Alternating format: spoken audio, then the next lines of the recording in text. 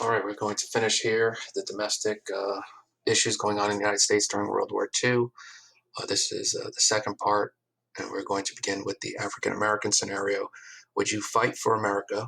It should read fight to end segregation or stay at home and help the war effort. So, if you're an African American, what would you do in this particular situation? Now that you have your answer, let's kind of look at some of the specifics. Now, keep in mind, I will probably use the term black and white. So I know that is Blumenbach's theory on race, using race as a color. However, if I say African American, for example, looking at this executive order where there is a complaint that leads to an executive order being passed that says no discrimination in the employment of defense workers, I don't know what I would call um, non-African American. Just too many labels at this point. I don't want to use the term Caucasian because I don't know how many people are from the Caucasus area. So I will use those particular labels, and all apologies. Philip A. Randolph is this individual right here. He plans a march on Washington, so he seems to be concerned about the discrimination in some of these businesses. And so those seem to be some of the issues. Why am I singling this individual out? Well, because this individual, his march to Washington, he definitely will be somebody who comes up during the civil rights movement. And with the civil rights movement, he is going to create eventually the organization called Core Congress on Racial Equality. And so that's going to be key in the civil rights movement. So, it's interesting to see World War II, Cesar Chavez, the JACL, which is going to protest some of the land acquisitions that, were experienced by Japanese Americans when they lost land and were put into those internment camps. And so you see some of the World War II leaders emerging as civil rights activists when we get to the civil rights movement in the 60s. We have an executive order here, 9981, which ends segregation in the armed forces.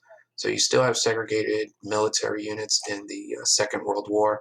Me personally, I don't consider the first integrated, I consider the first integrated war to be the Vietnam War.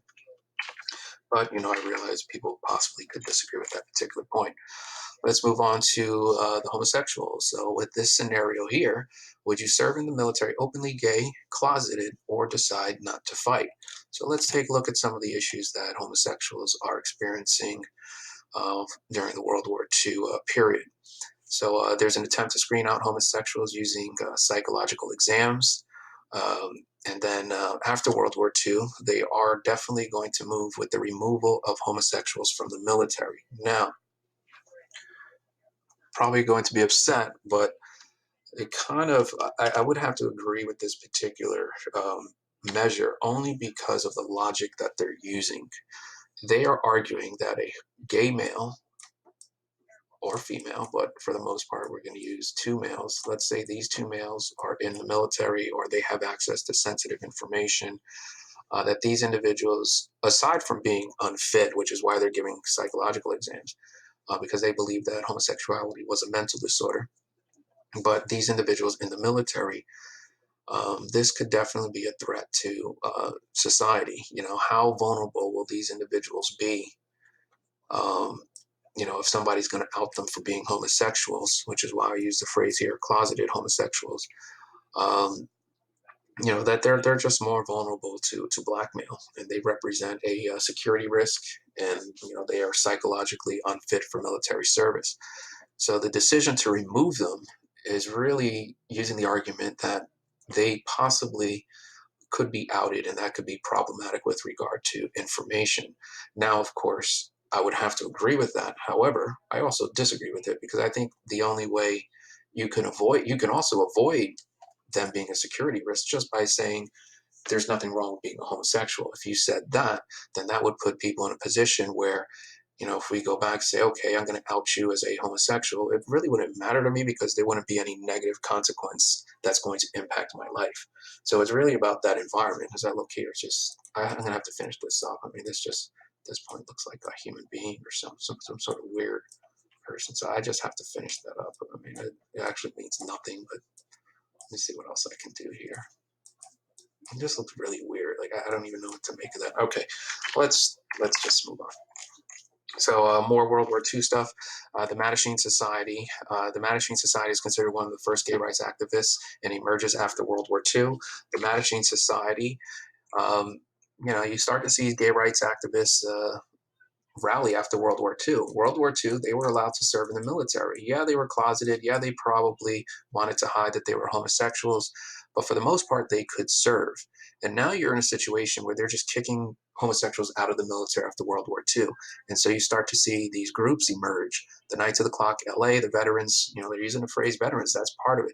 Part of this tells us that they're veterans, that they had served in the military. Anyway, these groups are going to emerge as some of the first civil rights groups advocating for gay rights, and eventually they would morph into what becomes known as the Mattachine Society, which is going to fight during the civil rights movement, prior to Stonewall. I mean, you have to really look at the Mattachine Society.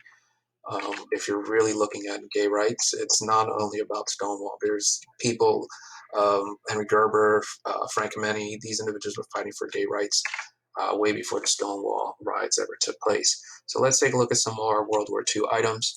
So in World War II, if we don't recall, and maybe we didn't even get that far, the United States military is going to have to obtain access to a beach. So this is showing you the landing at Normandy that was successful. We'll look at this map at a later class. And so you have to practice a beach landing. And what does that mean? That means that here we have land and here we have water. We need to get our troops out of the battleships and we need to get them on land. So where are we going to practice for this? Because you can't just practice like on a military base. You need something that is very special and has access to water. So here we see Atlantic City. Come to find out that Atlantic City, New Jersey, the water was used as a way to practice with this environment. Keep in mind, this isn't Atlantic City during the 40s. This is well after. This is from the 80s. Anyway, so here you see some soldiers, and they are in Atlantic City prepping for the upcoming invasion at Normandy. And here they are practicing. And it's interesting that you come to find out that homosexuals in the military that were closeted, they embraced a couple of things. And you come to find out that Indiana Ave in Atlantic City during World War II was a place that homosexuals could kind of go and congregate and feel free. Keep in mind that Atlantic City was also home to a de facto segregated beach called Chicken Bone Beach that was for African Americans. Anyway, so Indiana Ave, the architectural similarities between the Empire State and the Claridge Hotel here, and it's really a result of this item here that I guess homosexual gay men find as something that is going to uh, find comfort in, and they're starting to congregate at Indiana Ave. So keep in mind here, if I was an officer and I told my commanding officer, hey, I am going to Indiana Ave and I'm going to hang out next to the Claridge, he might easily look at the situation and think nothing of it. And he might just tell me, okay, go ahead. You go ahead and think nothing of it. Now, let's take that same scenario. I tell my commanding officer, I say, hey, I need to go to Indiana Ave. And he looks at me and he says, may I join you? That's a completely different situation. Um, and so keep in mind that these individuals are probably hiding their um, homosexuality. And to go back to like World War One, there was a hidden term called one, where you would ask somebody if you are you one, and this was coded language. It was designed to find out who was a gay male and who was not. So if I approached you and I said, are you one? And you're like, I have no idea what you're talking about, I might go about my day. But if I said, are you one? And you're like, well, yeah, I'm one. Are you one?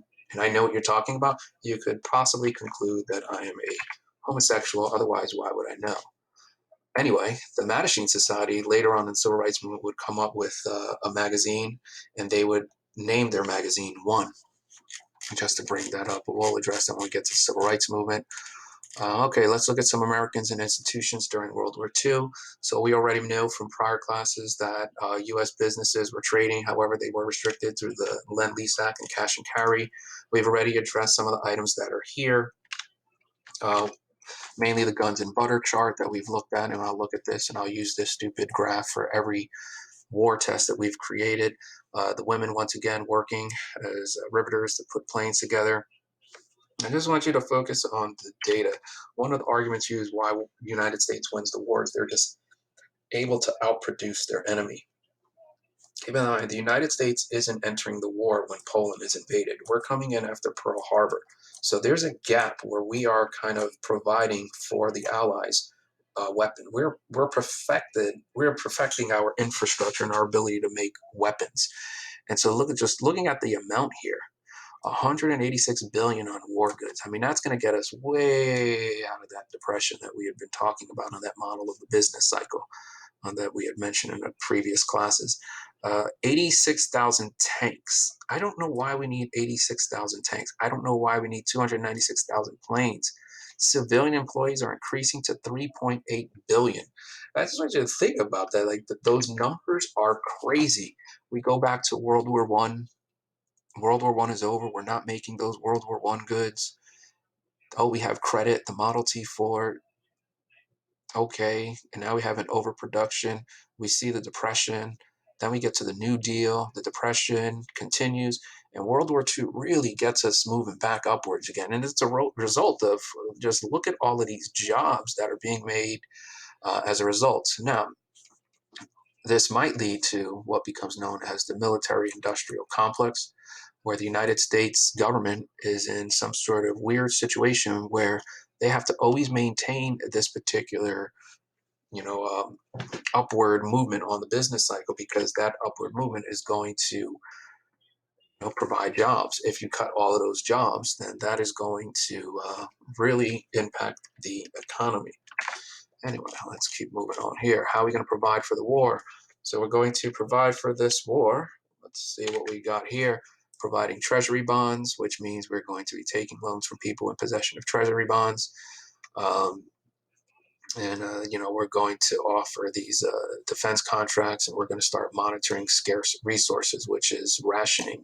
So it's interesting that during war, the government is now rationing resources. The government is now kind of taking a communist approach where they're saying during war, we really need to control the economy. In a capitalist society, if you have X amount of metal, whoever is able to obtain that particular product and take it and make, I don't know, cars and make whatever, a toaster, they're in a position that's probably going to jack the prices of these items up. But now we're saying we need these items, so the government is going to control the amount of resources. And, that seems to be communistic in its approach. Anyway, let's move on. Rationing. So here you see some images about rationing. If you did a Google search, probably what I did here, sugar rationing, they're restricting your allotment of sugar. Here you have some additional rationing cards, posters saying when you ride alone, you ride with Hitler. Basically is saying, ride your car with somebody, don't ride alone, because that fuel, that other person, like if that other person gets in a car, you're both in the same place, it's going to just waste fuel. This is an Airstream. It's a trailer, and I want to say I'm not too good with some of the models, but what I do know is that the Airstream, certain ones are valuable because during World War II, when metals were rationed, it was less likely that Airstream was going to be able to make these because the metal would be needed to make war-related goods. And so that's kind of why I included this particular image. I don't know, if you look up World War II Airstreams, they're just more valuable. So more rationing programs, do with less so they'll have enough. Meat must come in smaller chunks. Look at that. Look at the racist imagery in there. The American family is being asked to sacrifice. You're being asked to have your thermostats at 65. And I love this part. They actually come to this conclusion that nylon stockings made from silk, 36 pairs can make one parachute. So here's the parachute, and here's the man getting ready to parachute onto the battlefield.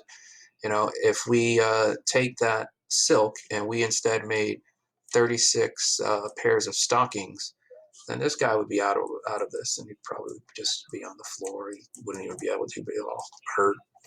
And the end result is, get the guy the parachute, and then women will not have the ability to wear any sort of skirt. And you come to find out that instead of wearing skirts, women started to wear pants because there are less stockings available. Wow. See how that works? Some more rationing cards, examination, draft board. They're getting ready to draft people. And some of these items will be addressed in the civilians at war clip. So that's it. Domestic part 2.